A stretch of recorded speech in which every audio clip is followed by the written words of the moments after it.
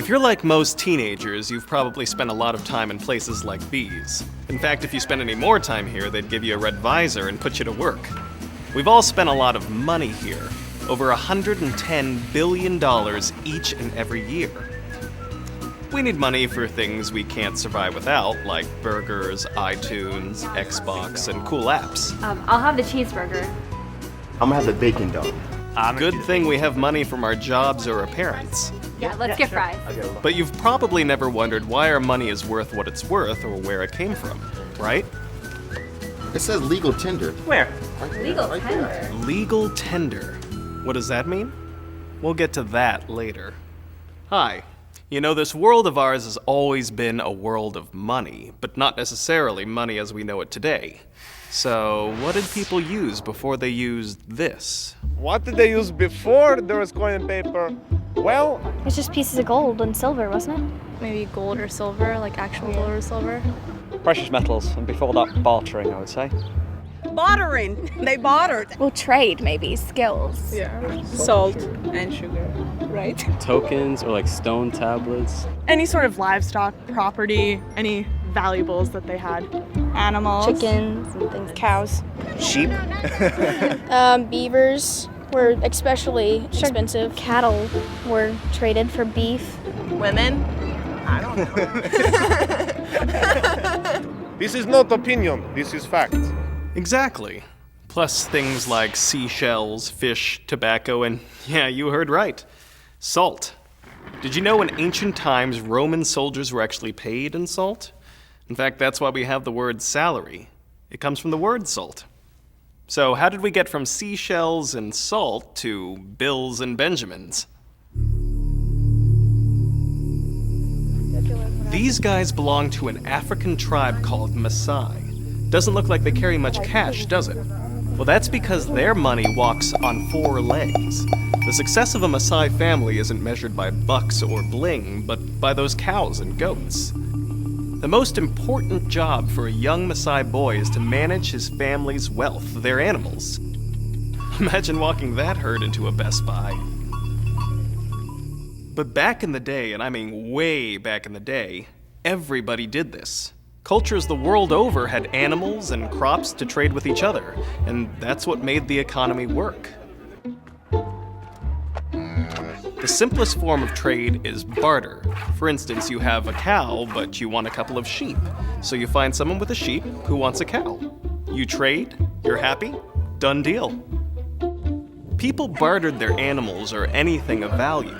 Food or cloth or building materials or even the labor to build a house.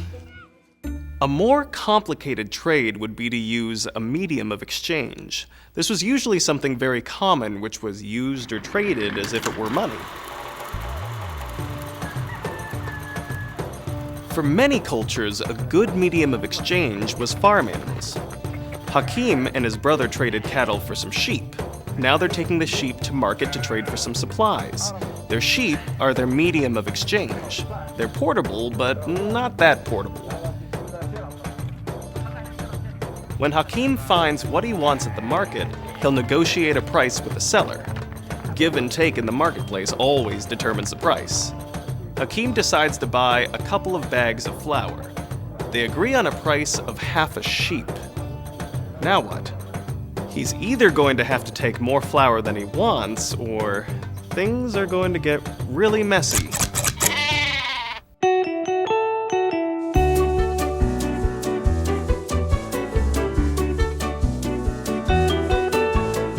What about buying something much more expensive? Besides not wanting to saw up sheep, it would take an entire farm to buy a Ferrari, and it's hard to bring a farm to the showroom. Fortunately for us, we have something more portable and less smelly than sheep, and it's easier to make change. We have money. So whom do we have to thank for this great invention?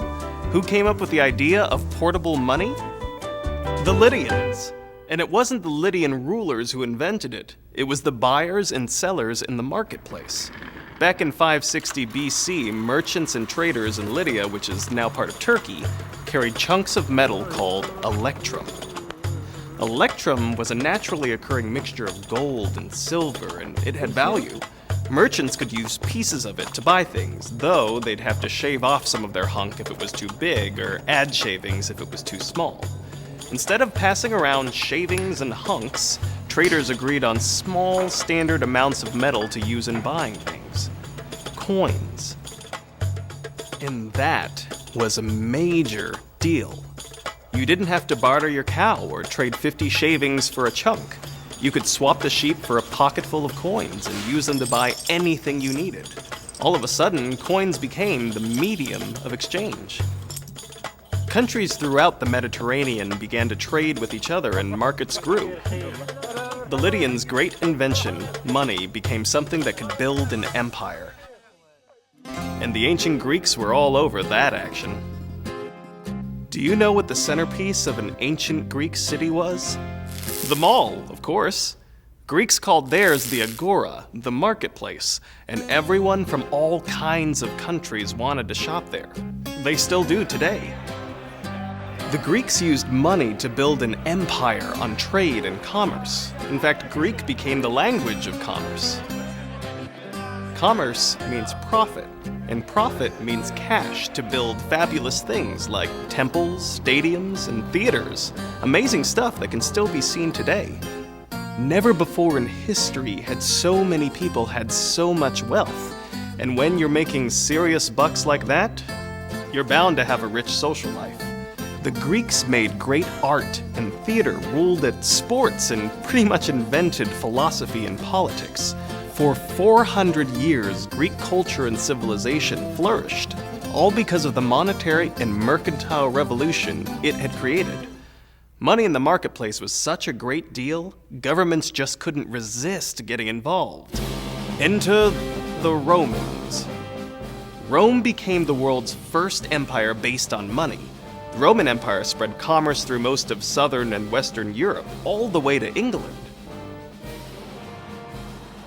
Rome's achievements became the envy of the civilized world, and it lasted for almost 1,000 years, about half of which was a time of relative peace and free enterprise, when people had low taxes and private property. You can still see the remnants of Rome's glory today. Here at the Trevi Fountain, about 3,000 people a day toss coins in for good luck.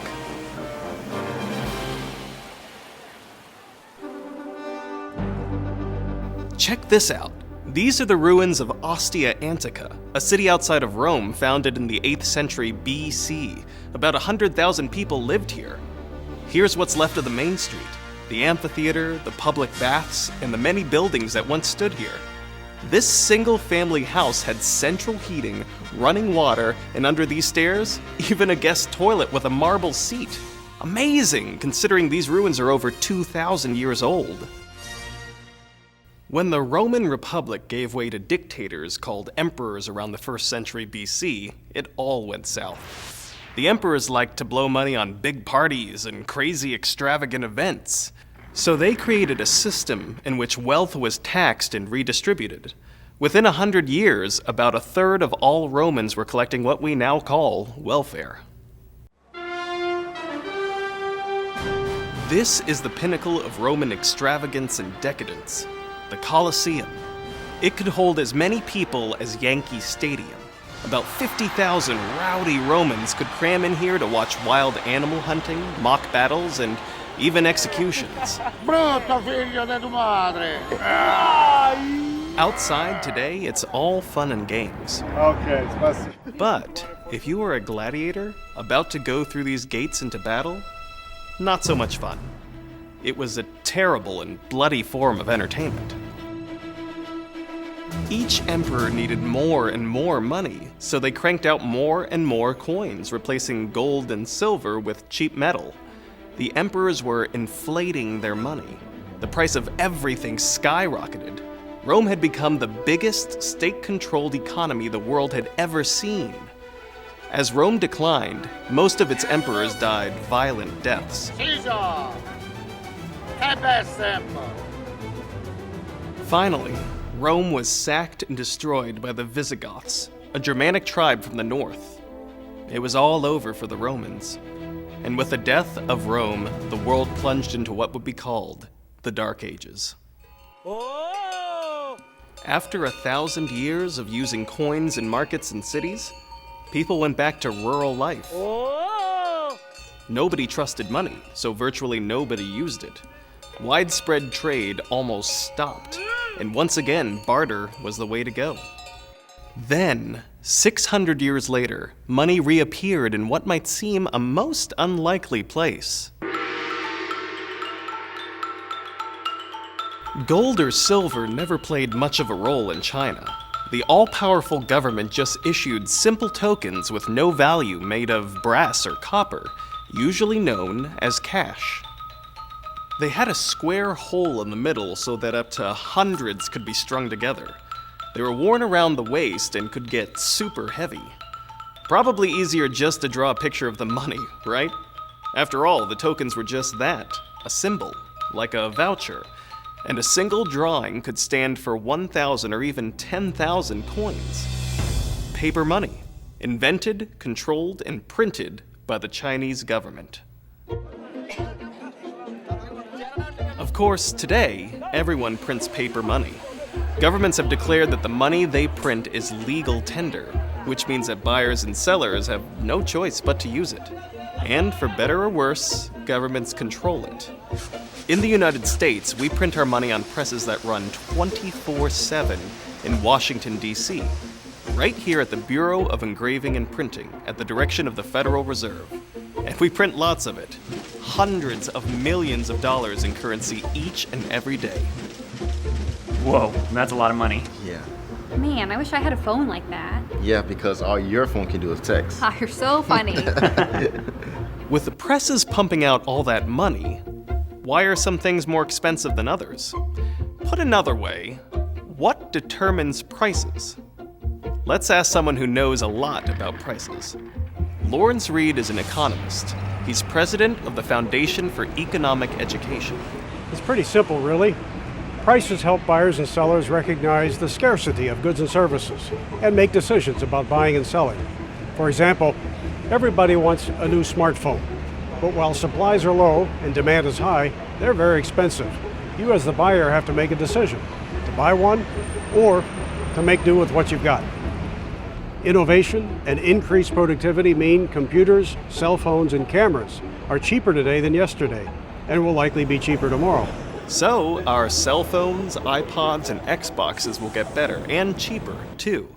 But overall, prices have been rising for years. Take a look at this.